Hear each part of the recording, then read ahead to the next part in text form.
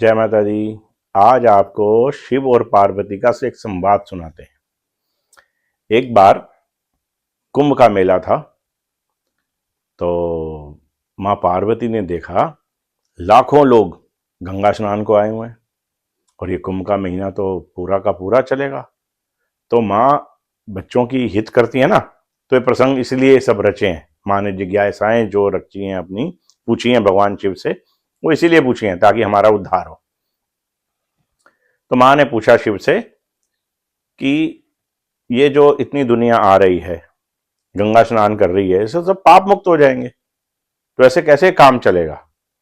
तो भगवान शिव मुस्कुराए, बोले इसमें से बहुत कम लोग पाप मुक्त होंगे। तो माँ ने पूछा क्यों।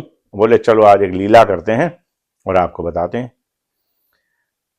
पार्वती जी तो पूरी यौवन में एकदम सुंदर कन्या बनकर, जिसकी नई नई जैसे विवाह हुआ हो, और बैठ गई। शंकर जी उनकी गोद में बिल्कुल बूढ़े और एकदम शरीर जैसे कोढ़ होता है या बड़ा रोगी, उस तरह से लेट गए।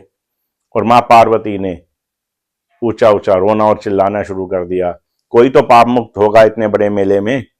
मेरे पति को, जिनको किसी ने श्राप दे दिया है, जो पाप मुक्त हो, जिसने कभी पाप ना किया हो, वो इनके मुख में गंगा जल डाले, ये तुरंत श्राप से मुक्त हो जाएंगे और एकदम यौवन तंदुरुस्त हो जाएंगे।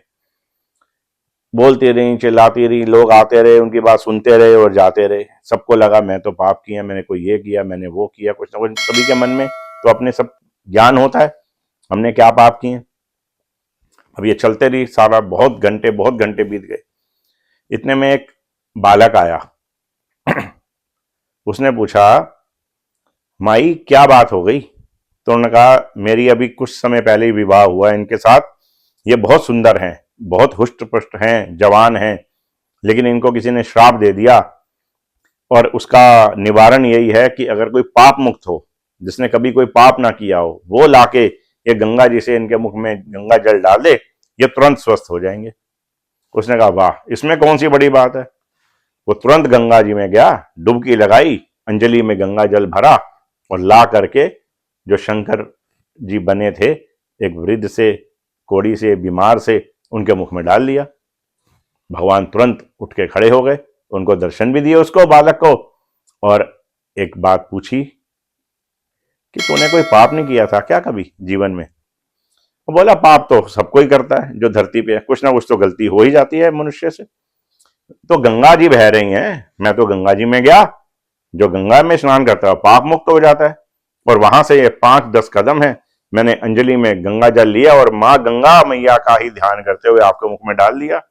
ना मैंने कोई कर्म मानसिक, ना कोई वचन से कोई पाप किया ही नहीं वहां, और आप ठीक हो गए। भगवान के दर्शन भी हुए और हम लोगों के लिए एक सीख भी आई कि जब हम किसी तीर्थ में जाते हैं तो हमें भाव सहित जाना चाहिए। तीर्थ में हम कभी ये सोच के तो जाते नहीं कि ये पत्थर की मूर्ति है या यहाँ जल है तो ये पानी है, नदी है, नहीं, हम भाव से तो जाते हैं, लेकिन ये भाव भी रखना चाहिए साथ में कि हमारे कार्य सिद्ध हो ही जाएगा। क्योंकि कहते हैं कि हम किसी तीर्थ में बिना उनकी कृपा के, अपने पूर्व जन्म के कर्म और भगवान की कृपा के बिना उनके दर्शन को नहीं जा सकते। चाहे वो तीर्थ हमारे रहने के स्थान से थोड़ी दूर हो या बहुत दूर, जहां हम तभी पाते हैं अगर हमने अपना भाव भी उत्तम रख लिया, तो फिर हमारे भाग्य को संवरने के लिए, हमारी मनोकामना को पूर्ण होने के लिए कोई नहीं रोक सकता। तो इस कथा से यही सीखिए कि भाव होने से ही हमारा उद्धार होता है। तो सभी प्रेम से जब भी कभी किसी तीर्थ पे जाइए, भाव सहित जाइए, प्रेम सहित जाइए और मौज करिए। सुखी रहिए, खुश रहिए।